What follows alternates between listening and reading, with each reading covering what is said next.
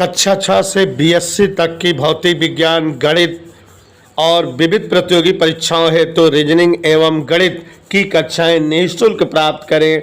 इन कक्षाएं निःशुल्क वीडियो देखें और पढ़ें अर्जुन स्टडी चैनल के द्वारा।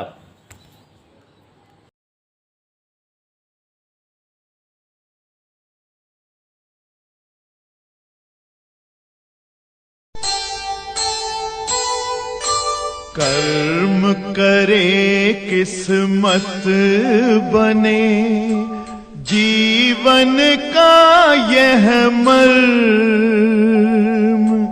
प्राणी तेरे हाथ में, तेरा अपना कर्म, तेरा अपना।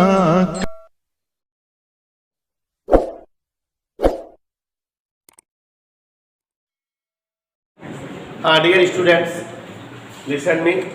हम लोग जो है पढ़ना शुरू करने वाले हैं कंपाउंड माइक्रोस्कोप, बोले तो संयुक्त सूक्ष्मदर्शी या यौगिक सूक्ष्मदर्शी। यहाँ गौर फरमाइएगा, संयुक्त सूक्ष्मदर्शी या यौगिक सूक्ष्मदर्शी किसी भी उपकरण का हमने आप सभी को बताया है कि प्रकाशिक यंत्रों का डिस्क्रिप्शन हम लोग 3 स्टेप में करते हैं: रचना, क्रियाविधि और आवर्धन क्षमता। तो ये 3 स्टेपों में हम जो है वर्णन करते हैं किसी भी टॉपिक का। तो अब यहाँ पर जो है संयुक्त सूक्ष्मदर्शी या यौगिक सूक्ष्मदर्शी एक ऐसा प्रकाशिक यंत्र है, ऐसा प्रकाशिक यंत्र है संयुक्त सूक्ष्मदर्शी या यौगिक सूक्ष्मदर्शी, जिसके द्वारा बहुत ही ज़्यादा छोटी वस्तुओं का प्रतिबिंब स्पष्ट, चमकीला और बहुत बड़ा प्राप्त किया जाता है। बेटा, यौगिक सूक्ष्मदर्शी या संयुक्त सूक्ष्मदर्शी का उपयोग हम जीवाणुओं का आकार नापने और सूक्ष्म तरंगों की तरंगदैर्घ्य वगैरह ज्ञात करने में करते हैं। माने ये जो है उपकरण बहुत ही ज़्यादा छोटी वस्तुओं की संरचना को दिखाने के काम में आता है। कहते हैं कि ये किसी वस्तु का 500 गुना बड़ा से 5000 गुना बड़ा तक प्रतिबिंब बना सकता है। माने 1 सेमी लंबी वस्तु का 5000 सेंटीमीटर लंबी करके दिखा सकता है। माने जूम इन बहुत ज़्यादा कर सकता है। बहुत जूम करके किसी वस्तु का फोटो दिखाएगा तो स्पष्ट और जो है बढ़िया चमकीला दिखेगा, जो कोई छोटी या सूक्ष्म वस्तु रहेगी। अब उसके बाद रचना। तो बच्चों, अब कोई भी प्रकाशिक यंत्र रहेगा तो उसमें 2-2 लेंसों का उपयोग होगा। तो समझिए जरा, संयुक्त सूक्ष्मदर्शी में 2 नलिकाएं पाइप होती हैं। एक पाइप चौड़े मुंह की होती है और एक पाइप पतले मुंह की होती है। चौड़े मुंह वाली पाइप फिक्स होती है और पतले मुंह वाली पाइप को ढीला करते जाते हैं तो वो चौड़े मुंह की पाइप में घुसती जाती है या उससे बाहर आती जाती है।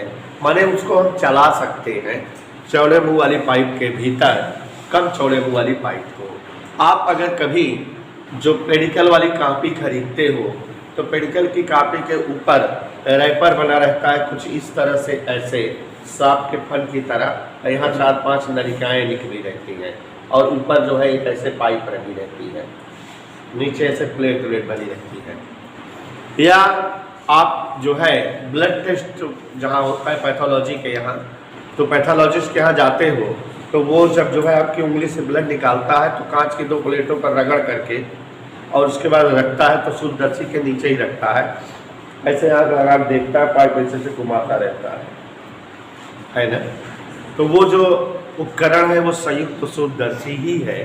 फिर से बताएं, समझ रहे हो क्या बता रहे थे कि एक इस तरह से सांप के फन की जैसा 3-4 पाइपें ऐसे रहती हैं और ऊपर एक पाइप लगी रहती है, ऊपर डॉक्टर देखता रहता है और अच्छे से घुमाता रहता है। ऐसे ही होता है संयुक्त सूक्ष्मदर्शी। तो अलग अलग कंपनियां अलग अलग आकार का संयुक्त सूक्ष्मदर्शी बनाती हैं। जो लीगली जो शुरुआत में संयुक्त सूक्ष्मदर्शी बना था उसी की संरचना और क्रियाविधि हम लोग पढ़ते हैं। तो होता क्या है, यहाँ पर देखो जरा, एक अधिक चौड़े मुंह वाली बेलनाकार नलिका होती है। दिखी सबको? एक अधिक चौड़े मुंह वाली बेलनाकार नलिका और जिसके खुले सिरे या खुले सिरे पर एक अधिक द्वारक और अधिक फोकस दूरी का लेंस लगा होता है। ठीक है, और यह लेंस के सामने आप आंख लगाकर देखते हो, माने यह लेंस नेत्रों के सम्मुख रखा रहता है और इसलिए इस लेंस को हम अभिनेत्रक लेंस, अंग्रेजी में आईपीस कहते हैं, या कुछ लोग शॉर्टकट में इसको नेत्रिका भी कहते हैं। ठीक है, तो रचना बता रहा हूं। एक जो है अधिक चौड़े मुंह की बेलनाकार पाइप होती है जिसके खुले सिरे से अधिक द्वारक और अधिक फोकस दूरी का उत्तल लेंस लगा होता है। जहां हम आंख लगा के देखते हैं, नेत्रों के सामने इस लेंस को करने के कारण इसे कौन सा लेंस कहा जाता है? अभिनेत्रक लेंस। और इस चौड़े मुंह वाली बेलनाकार पाइप के भीतर एक कम चौड़े मुंह वाली बेलनाकार पाइप होती है जिसे हम जो है अधिक चौड़े मुंह वाली बेलनाकार पाइप के भीतर और बाहर चला सकते हैं।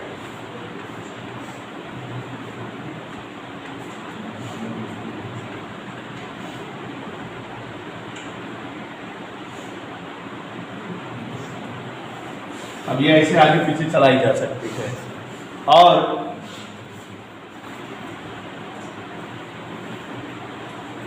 कम चौड़े मुंह वाली बेलनाकार पाइप के खुले सिरे से कम द्वारक और कम फोकस दूरी का एक उत्तल लेंस लगा होता है।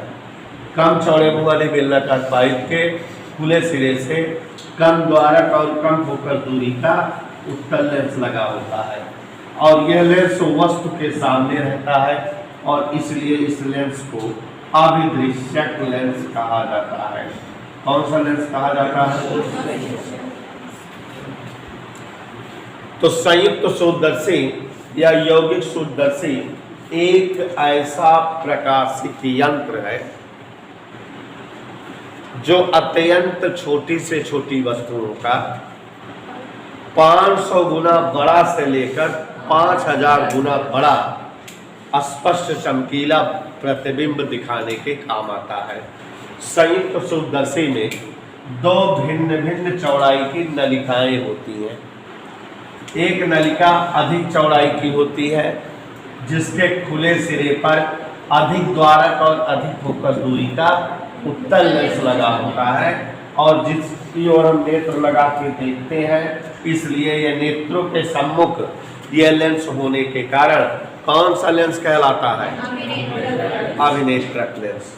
और इस चौड़े मुंह वाली बेलनाकार पाइप के दूसरे सिरे से एक कम चौड़ाई की बेलनाकार नलिका होती है और यह नलिका आगे पीछे चलाई जा सकती है। इस नलिका के खुले सिरे पर कम द्वारक और कम फोकस दूरी का उत्तल लेंस होता है और जो किसके सामने रखा जाता है? वस्तु। इसलिए इसे कौन सा लेंस कहते हैं? जो लेंस वस्तु के सामने रहता है वो अभिदृश्यक लेंस और जो लेंस नेत्र के सामने होता है वो अभिनेत्रक लेंस। अब देखो जरा, इस लेंस के सामने वस्तु रहेगी तो ये लेंस इस वस्तु का प्रतिबिंब बड़ा कर देगा और वो प्रतिबिंब इस लेंस के सामने आएगा तो ये लेंस उसका और बड़ा प्रतिबिंब कर देगा। तो इसीलिए ये जो है उपकरण किसी वस्तु का बहुत बड़ा प्रतिबिंब दिखाता है या बनाता है या समझाता है।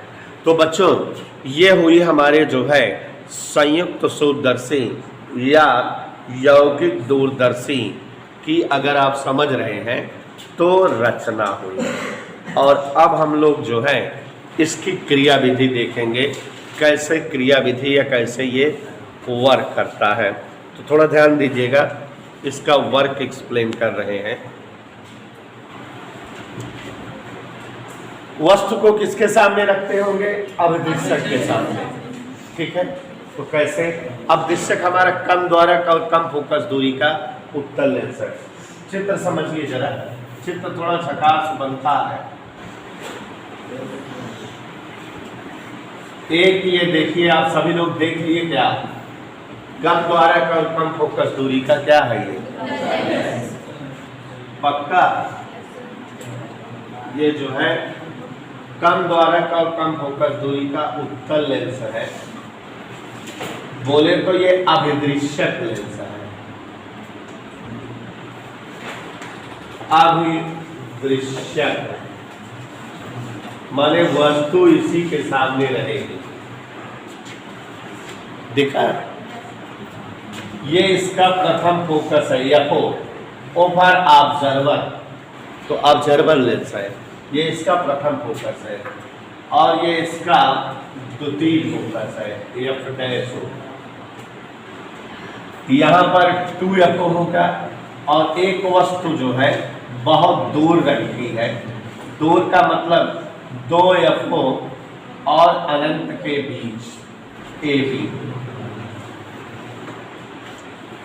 ऐसा क्यों लगा रहा डॉक्टर वन, सामने वस्तु ये धरेगा, ठीक। तो यहाँ पर समझो जरा, अब दृश्यक लेंस है, उसी के सामने क्या रख दिए, कैसे क्रिया होती है, कैसे चित्र बनता है, कैसे प्रतिबिंब बनता है, यही ताड़ो आप लोग जान रहे हो। एक किरण कैसे चलेगी, पक्का। और इकाई किरण कहाँ से चलेगी, ऐसे ही तो हम चलाते फिराते हैं। तो जो मुख्य अक्ष के समांतर चली वो कहाँ से गई, द्वितीय फोकस F डैश O से, और प्रकाशिक केंद्र वाली ऐसे ही आगे बढ़ रही।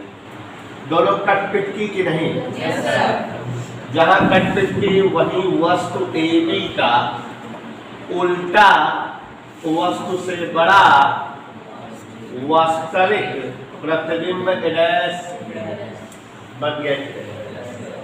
इतने चित्र को मस्त समझ में आ गया आपको। अब दृश्यक चाचा है, इनका द्वितीय फोकस F डैश O है, प्रथम फोकस FO है। एक वस्तु या AB रखी थी, मुख्य के समांतर किरण चली, प्रकाशिक केंद्र से किरण चली, दोनों अपवर्तन के पश्चात कहाँ पर मिली, A डैश पर। वस्तु का प्रतिबिंब A डैश B डैश बन जावे है। यहाँ देखो, ये वस्तु की दूरी अभिदृश्यक लेंस से चित्र के अनुसार ये UO होगा कि नहीं, वस्तु दूरी U होती है, लेकिन अभिदृश्यक के लिए वस्तु की दूरी है, इसको हमने UO लिख दिया। धीरे धीरे समझा रहा हूं, ध्यान देना। शेखर आदित्य, तुम तो थोड़ा सा ध्यान देंगे कि ये क्या है, फोकस दूरी FO। अभिदृश्यक लेंस की क्या है ये, फोकस दूरी। और गौर से देखो जरा अवनीश पांडे, ये यहाँ अभिदृश्यक लेंस से प्रतिबिंब तक की दूरी है VO। चित्र में सारी दूरियां स्पष्ट हो रही नहीं बच्चों, सारी दूरियां स्पष्ट हो रही हैं, पक्का पक्का। UO क्या है, BO क्या है, FO क्या है, सब समझ में आ रहा है कि नहीं। आप लोग सभी लोग देख रहे हैं कि अभिदृश्यक लेंस से वस्तु की दूरी UO, अभिदृश्यक से फोकस बिंदु तक की दूरी FO, अभिदृश्यक से प्रतिबिंब तक की दूरी VO। तो यहाँ तक कहानी खत्म हो जानी चाहिए, लेकिन चूंकि जान रहे हो कि ये संयुक्त सूक्ष्मदर्शी है और इसमें एक और लेंस है, अभिनेत्रक लेंस है कि नहीं। तो बेटा ये जो प्रतिबिंब डैश B डैश बना है, पाइप को ऐसा एडजस्ट करते हैं कि ये प्रतिबिंब दूसरे वाले लेंस के बहुत नजदीक आ जाए, उसके प्रकाशिक केंद्र और प्रथम फोकस के बीच। तो अब यहाँ एक और लेंस है, यहाँ पर देखो,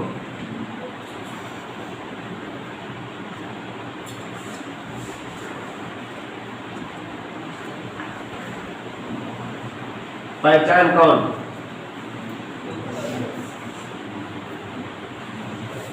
ये अभिनेत्रक लेंस है।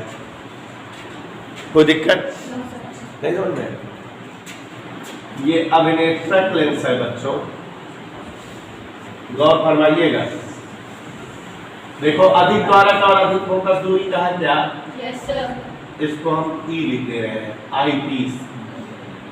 अभिनेत्रक लेंस, या और क्या कह सकते हैं इसको, नेत्रिका। समझ आया?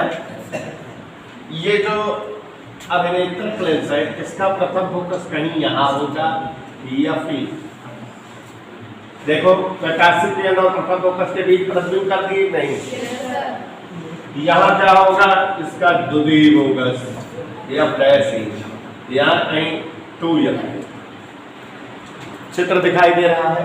श्रेयांशु छठा मत खाना, चित्र बड़ा मस्त बना रहे हैं। अब ये प्रतिबिंब A' B' दूसरे वाले लेंस के प्रकाशित केंद्र और प्रथम फोकस के मध्य समायोजित किए हैं। एक किरण मस्त समझे रहोगे तभी एग्जाम में चित्र बना भी पाओगे। मुख्य अक्ष के समांतर चलेगी और इकाई किरण प्रकाशित केंद्र से होकर चलेगी। जो मुख्य अक्ष के समांतर चलेगी वो लेंस से अपवर्तन के पश्चात कहां से जाएगी, द्वितीयक फोकस से। पक्का पक्का दोनों कहीं काटेंगे नहीं उधर, पीछे बढ़ाओ तो ये काटेंगे, पीछे बढ़ा दो दोनों किरणों को।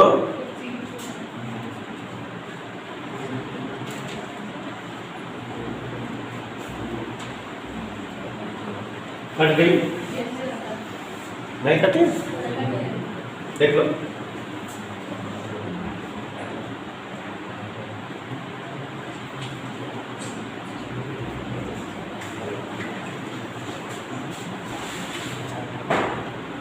पीछे बढ़ाए जाने पर दोनों जो है यही दिखाए हैं, पूरा यही चीज A" पर कट की। कहाँ कट की? A'। और ये जो है वस्तु का बहुत बड़ा प्रतिबिंब A" B" बन गया कि नहीं? समझ आया? अभिनेत्रक लेंस है ये। अभिनेत्रक लेंस से ये वस्तु की दूरी बनेगी यहां से यहां तक और इसे हम UE अभिनेत्रक लेंस से वस्तु की दूरी। और ये क्या है? प्रतिबिंब दूरी VE। और ये क्या है? अभिनेत्रक लेंस की फोकस दूरी। चित्र दिखाई दे रहा है बच्चों? गौर फरमाते रहिएगा कि ये जो अभिनेत्रक लेंस है, अभिनेत्रक लेंस से यह दूरी वस्तु दूरी हुई और अभिनेत्रक लेंस से यह दूरी प्रतिबिंब दूरी हुई और यह दूरी फोकस दूरी हुई। जैसा कि आप जान रहे हैं फोटोइया की यहाँ आंख बना दे रहे हैं, गेला इसी आंख है।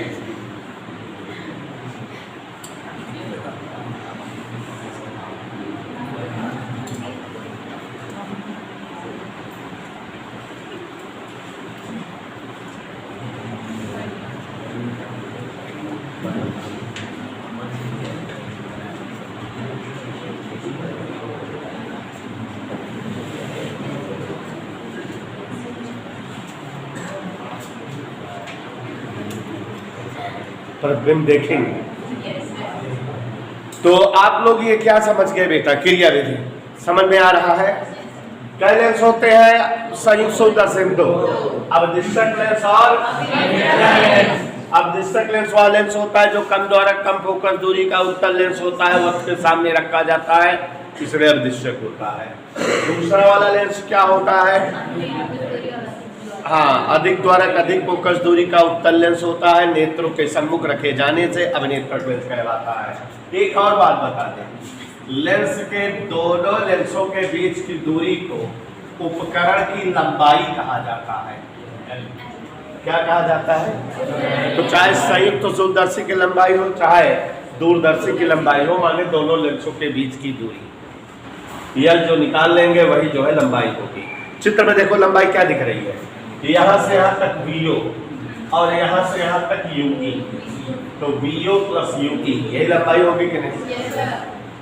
तो ये इस तरह से जो है बच्चों हमारे खगोलीय दूरदर्शी की क्रिया विधि हो गई।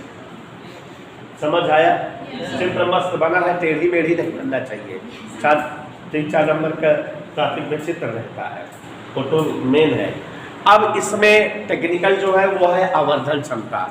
तो आवर्धन क्षमता आप जान ही रहे हो बच्चों कि अंतिम प्रतिबिंब ये है, इसके द्वारा जो नेत्र पर कोण बन रहा होगा ये बीटा हो। अंतिम प्रतिबिंब जो नेत्र पर कोण बनाएगा वो बीटा, इस तरह से बीटा निकाल लेंगे।